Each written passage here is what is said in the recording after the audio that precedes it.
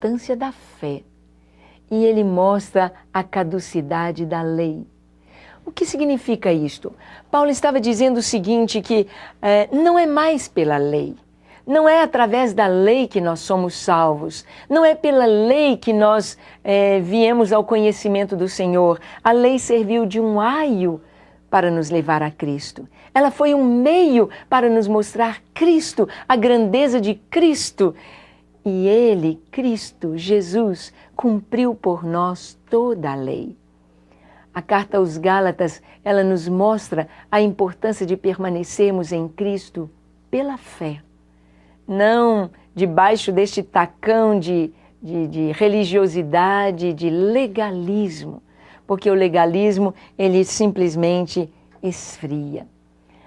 Paulo mostra a verdade do poder santificador do Espírito Santo, aqui na carta aos Gálatas, e a riqueza da vida à disposição do crente, quando ele é governado por aquele que nele habita. Então veja bem este resumo que está aqui. Paulo mostra que mostra a verdade do poder santificador do Espírito Santo. Ele mostra o poder do Espírito Santo é que nos santifica. Ou seja, nós não vamos crescendo na vida cristã por guardar isso e aquilo, por sermos legalistas. O legalista gosta de apontar o dedo para os outros e dizer, fulano faz isso, o outro, olha como está, olha a roupa que veste, olha como... Mas ele tem 3 dedos voltados para si e 1 dedo voltado para cima. O legalista tem uma vida exprimida, é um perfeccionista que nunca se satisfaz. O poder que nos santifica é o poder do Espírito Santo. A riqueza da vida à disposição do crente, Paulo nos mostra isso na carta aos Gálatas. Ele mostra que em Cristo nós somos mais que vencedores, mas ele nos mostra como que a nossa vida pode fluir no poder do Senhor. É na carta aos Gálatas que Paulo mostra as obras da carne e o fruto do Espírito. As obras da carne é o esforço do homem que leva ao pecado, mas o fruto do Espírito é o poder do Espírito Santo agindo em nós. Então, nós vamos ver aqui o versículo, capítulo-chave agora e o versículo-chave. O capítulo-chave é o capítulo 5, onde nós temos as obras da carne e o fruto do Espírito. E o verso-chave, Gálatas 2:20. Logo, já não sou eu quem vive, mas Cristo vive em mim. E esse viver que agora tenho na carne, vivo pela fé no Filho de Deus, que me amou e a si mesmo se entregou por mim. Então, na carta aos Gálatas, encontramos aqui esta chave preciosa. Já não sou eu quem vivo, mas é Cristo quem vive em mim. E Paulo diz que o viver que agora eu tenho na carne, eu vivo pela fé.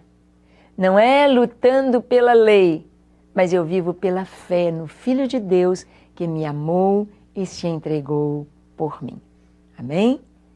Vamos ver então os temas, ou o tema de toda a descrição da carta aos Gálatas. Então aqui nós temos o afastamento dos Gálatas do verdadeiro Evangelho. A defesa de Paulo do seu ministério apostólico, do capítulo 1 ao 2, e a justificação pela fé sem a lei, no capítulo 3. Então, preste atenção aqui. Dentro destes temas abordados na carta aos Gálatas, primeiro ele mostra aqui o afastamento dos Gálatas. Paulo diz assim, ó insensatos Gálatas, quem vos fascinou para deixardes a simplicidade do Evangelho e irdes atrás de outro Evangelho? Nós sabemos que o judaísmo tem um fascínio em guardar o sábado, em não comer carne de porco, em não fazer isso, não fazer aquilo. Então parece que a pessoa se sente como os fariseus se sentiam na época de Cristo. O fariseu, na parábola que Jesus contou, dizia, eu te dou graças, ó Deus, porque eu não sou como os outros. Eu não sou como os demais homens, roubadores, mas eu dou o dízimo de tudo, até do que eu pego na horta. Cada 10 cebolinhas que eu tiro, cada 10 folhinhas de couve, uma é do Senhor. Eu jejuo 2 vezes por semana. O legalismo faz a pessoa trazer as virtudes para si. Paulo chama a atenção dos irmãos da Galácia porque eles estavam se afastando da verdade do Evangelho, da simplicidade do Evangelho. Ele defende o seu ministério apostólico no capítulo 1 e ele fala da justificação pela fé sem a lei. Então, a carta aos Gálatas é fundamental para aqueles que acham que têm de viver pela lei. Ao contrário, a nossa vida, a vida do cristão deve ser pela fé. Prosseguindo nos temas, vamos ver as características visíveis na vida de um cristão justificado pela fé, no capítulo 5. A operação da nova vida em Cristo, no capítulo 6. E a conclusão nos últimos versículos do capítulo 6. Então, aqui dentro dos temas abordados por Paulo na carta às igrejas da Galácia, ele fala das características que são visíveis na vida do cristão. Ele traz a ética cristã. E vamos perceber que este esboço das cartas de Paulo, mesmo a carta aos Romanos, que não foi uma carta pessoal, a carta aos Coríntios, que é bem pessoal, a primeira e a segunda carta aos Coríntios, e agora a carta aos Gálatas, sempre ele traz nos últimos capítulos essa questão da vida cristã. Paulo traz orientações, como viver. E no capítulo 5, ele nos mostra como que deve ser a nossa vida. Longe de nós toda ira e gritaria, deve estar longe todo pecado. A vida do cristão não é produzindo obras da carne, ira, feitiçaria, facções, divisões, mas é produzindo o fruto do Espírito. Amor, paz, bondade, longanimidade, fidelidade, mansidão, domínio próprio. E a operação da nova vida em Cristo, como que acontece esta vida nova no poder do Espírito Santo. Então, esta é a carta aos Gálatas. A próxima carta do apóstolo Paulo é a epístola aos Efésios. Foi escrita da prisão, levada por Tíquico, juntamente com a carta dos Colossenses e a de Filemon. O autor é Paulo, o tema é a igreja, o corpo de Cristo. E a data, cerca de 60 da nossa era.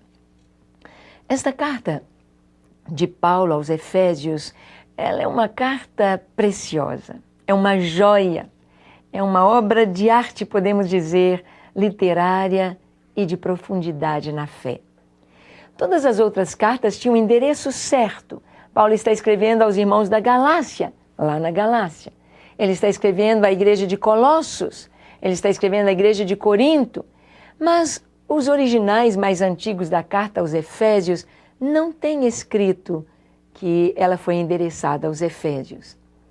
Por isso, muitos têm notícia, acham que esta carta era a mesma carta que ele disse que foi escrita à igreja de Laodiceia e que deveria ser lida pelos irmãos em Éfeso, nas outras igrejas, porque é uma carta impessoal. A carta aos Efésios, ela não trata de problema de igreja, ela não trata de questões específicas que a igreja estivesse vivendo, mas ela trata da vida do crente, ela trata da igreja como de uma maneira geral. Então esta carta foi escrita para mim e para você, para sabermos qual é a nossa posição em Cristo. Então vamos ver. Na carta nós temos 3 linhas da verdade. Primeiro, a posição exaltada do crente mediante a graça alcançada. Segundo, a verdade relacionada ao corpo de Cristo. Terceiro, a vida vivida de acordo com essa posição. Então vemos aqui essas 3 linhas traçadas, a posição exaltada do crente. Eu e você estamos assentados com Cristo nas regiões celestes. Estamos acima de toda potestade, de todo o poder das trevas. Estamos numa posição de autoridade. E Paulo nos diz isso nos primeiros capítulos da carta aos Efésios. Segunda linha, a verdade relacionada ao corpo de Cristo. Ali no capítulo 4, Paulo começa a falar a respeito do corpo de Cristo. Ele diz que nós somos um só povo, um só corpo, um só batismo, uma só fé. Paulo fala a respeito da unidade da fé, da unidade do Espírito. Ele fala que nós estamos ligados uns aos outros para que cada um cumprindo o seu papel, cada um fazendo a vontade de Deus de acordo com a capacitação que recebeu, ele vai promovendo o aperfeiçoamento do corpo. Esta carta é fundamental para líderes, é fundamental para a família. Nós vamos continuar vendo os temas desta carta. Você pode acompanhar aí a posição do crente na graça, do capítulo 1 ao 3. O andar e o serviço do crente, do capítulo 4 e o capítulo 5. O andar e a luta do crente cheio do Espírito Santo, capítulo 5, 18 até o 6, 20. E a conclusão no capítulo 6.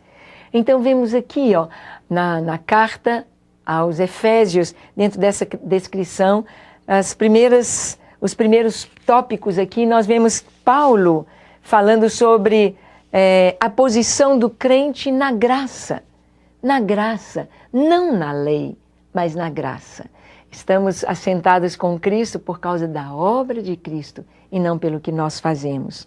O andar e o serviço do crente, no capítulo 4 até o 5, quando Paulo descreve ali como deve ser a vida do cristão. Capítulo 4 da carta aos Efésios, ele vai falar exatamente isto. Aqui eu quero ler um trechinho para você. Ele diz: portanto, digo no Senhor, testifico que não mais andeis como também andam os gentios na vaidade dos seus próprios pensamentos, obscurecidos de entendimento. E depois ele vem falando, mas que vos revistais do novo homem. Então Paulo nos traz o andar do crente. O capítulo 5 fala sobre a família, sobre o papel da esposa, do marido. E no capítulo 6 ele fala sobre a guerra espiritual, sobre a armadura de Deus. Então, essa carta é uma joia preciosa. Ela foi escrita na prisão, quando Paulo estava em Roma. Ali aconteceram fatos extraordinários, como a conversão do carcereiro e a sua família. Esta carta que agora estamos vendo é a carta aos Filipenses. Morava também em Filipos a vendedora de púrpura, Lídia, que hospedou os apóstolos com tanta alegria. Então, agora estamos na carta aos Filipenses. Ele escreveu aos Efésios aquela carta tão bonita, tão perfeita. E agora ele escreve uma carta à igreja em Filipos. Esta cidade, foi ali que Paulo foi preso e ele passou por injustiças tão grandes. E Paulo está na prisão todo machucado, açoitado junto com Silas. É meia-noite, eles presos ao tronco e eles estão cantando e louvando a Deus. E então um terremoto sacode os alicerces daquela masmorra e Paulo e Silas são livres das correntes. As correntes se quebram. O carcereiro quer se suicidar porque pensou que os presos fugiram. Mas Paulo diz, não faças isso, porque estamos todos aqui. E naquela noite, naquela cadeia, naquela prisão, o carcereiro se converte, ele e a sua família, e são batizados. Lá, na sua casa contígua àquela masmorra, contígua àquela prisão. Então Paulo escreve a carta aos Filipenses, da prisão onde ele estava em Roma. Vamos continuar vendo sobre a carta aos Filipenses. O autor é Paulo e Timóteo, de acordo com o capítulo 1, verso 1. O tema é a experiência cristã e data cerca do ano 60 depois de Cristo.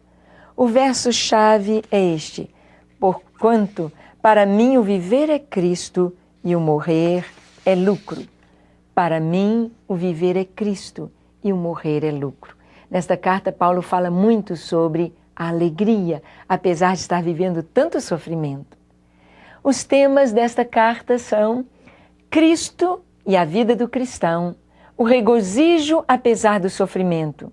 Cristo, o modelo do cristão, o regozijo no serviço. Então, aqui temos um resumo da carta aos Filipenses e podemos ver que a palavra-chave é regozijo, alegria, motivada pela presença de Cristo e pelo exemplo de Cristo como nosso modelo. Bem, então